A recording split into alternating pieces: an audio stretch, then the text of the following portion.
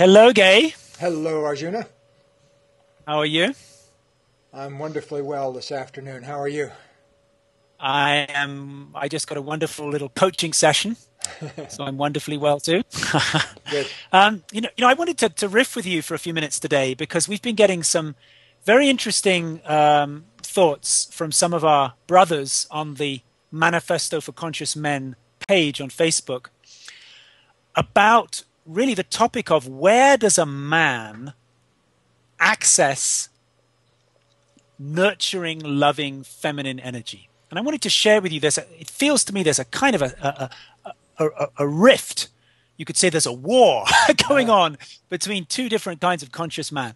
Now, one kind of a guy, for example, there's a fellow called Russ Dinder, I think his name is, who wrote a book about masculinity.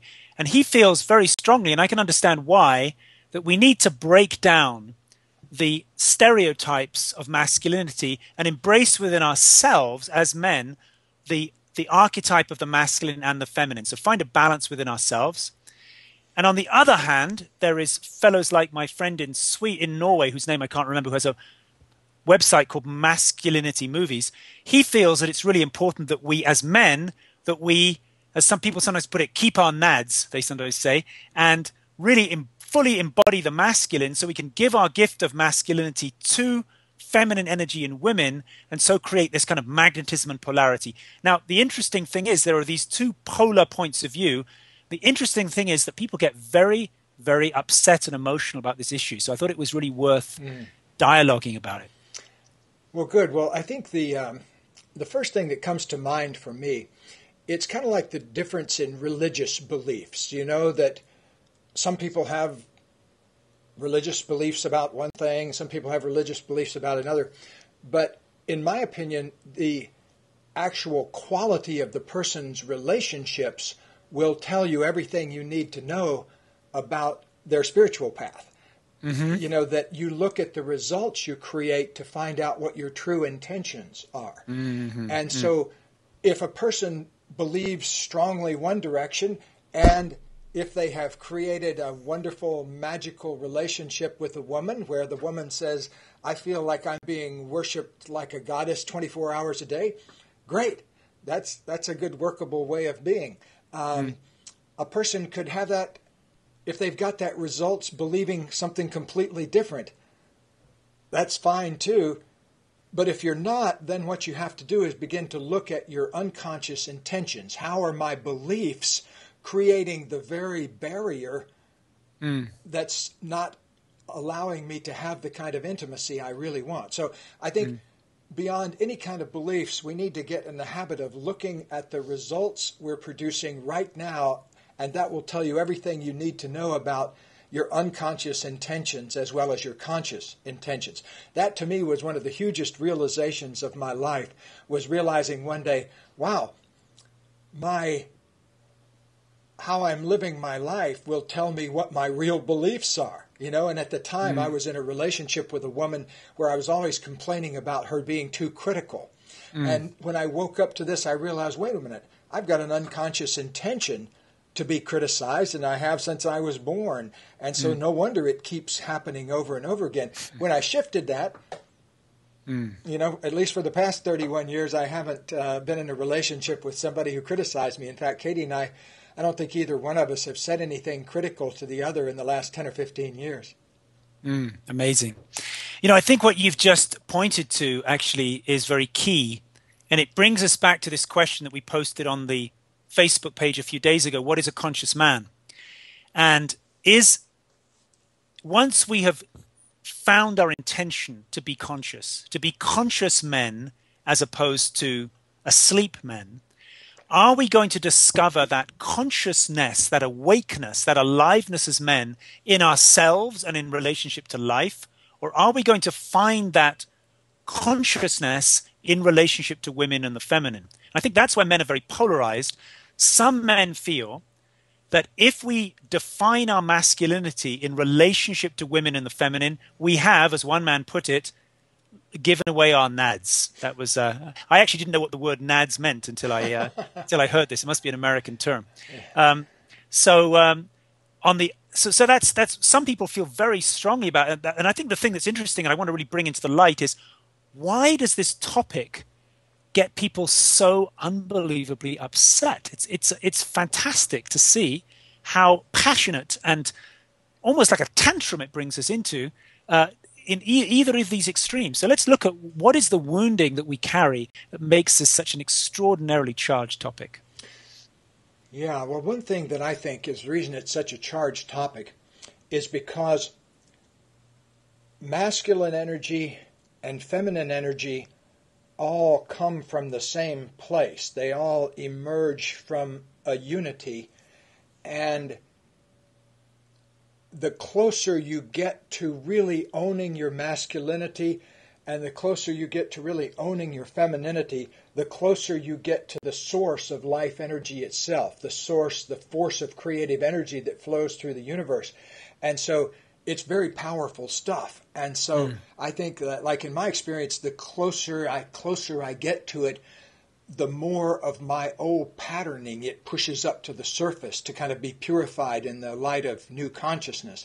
And as I get closer and closer to that source of life energy from which both male and female energy comes, that's very powerful. That's this very source of creation itself. And so I think it has a fear factor to it, almost like you have to go through a barrier of fear sometimes to get to that pure, raw life energy itself. So naturally it's going to flush to the surface all of your deepest programming and wounding that's in the way of that. Because, like from my experience of my mother, I had a situation when I was born where my mother wasn't able to take care of me, and so my grandmother took care of me. And so I think an experience like that, I later on came to see where there was a place in me I didn't trust, or a place that I felt like it just wasn't possible for me to have a certain type of connection. And that was very painful to me. And so the closer I got to that, in a way, the more I got defensive against it too. And so I think some of the comments probably come out of that quest for really deep union and the defensiveness that kind of keeps us from experiencing that fully. Yeah. It's these issues we're looking at.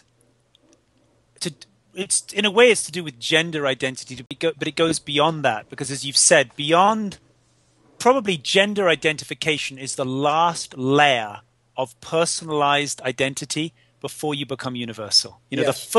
the first differentiation out of oneness is masculine and feminine.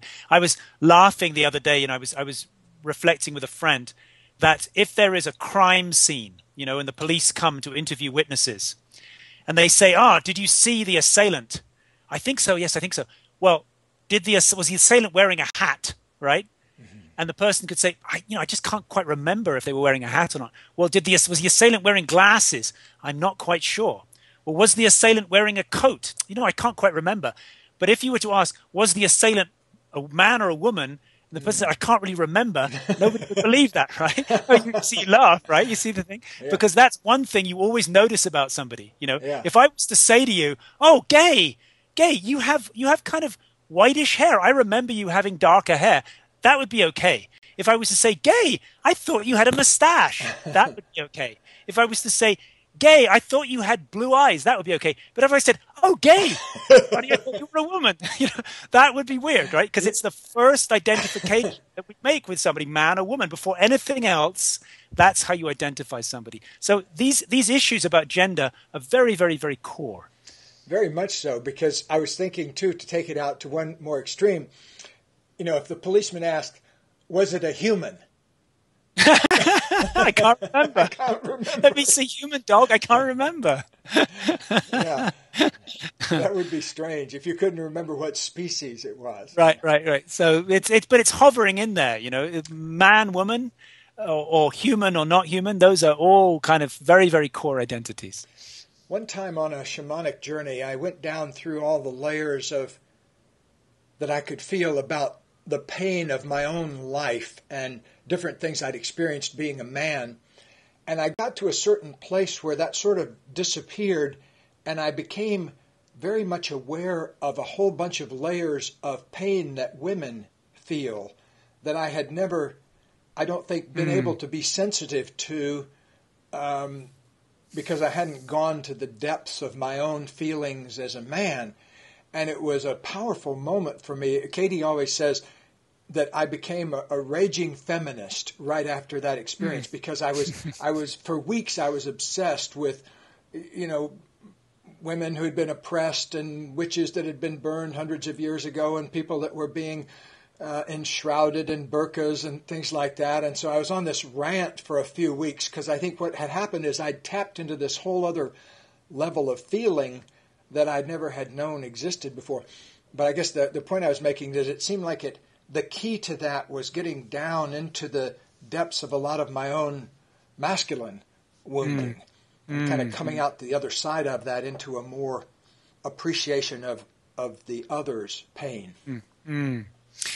Yeah, I think what you're pointing to in everything you're saying is the recognition, the tender recognition that the topic we've been exploring together now for almost half a year, it's a very, very deep consideration. Is feeling into our identity as a man and beyond man, our identity as wholeness, and feeling how that wholeness can be incarnate as a man without cutting off a part of ourselves. It's a huge, huge investigation, and it feels maybe this is a good time, coming right up to Christmas and everything, to honor the 6,200 people who have courageously liked our manifesto, and all of the thousands of people who've put their comments and shared their feelings. The 102 women today who answered the question how they love to be loved by a man. So what we really want to do is thank you all so much for all the gifts you've given us with your interactions with the questions and your contributions to the page. So this is quite an exciting journey we're on, isn't it, Arjuna? It's an amazing journey, and I think what I'm very excited about right now, I'm going to just drop a little hint into the cybersphere, is the movie that we're about to release early next year. Yes. Hint, hint. It's going to be a good one. It's going to be a great little movie for everyone to enjoy. So, all right. Well, blessings to you. Blessings to you too, brother. Thank you for a wonderful, wonderful partnership this year, and I'm looking forward to a great year coming up. And Merry Christmas. Happy holidays to everybody. High fives. High fives. All right. Thanks a lot.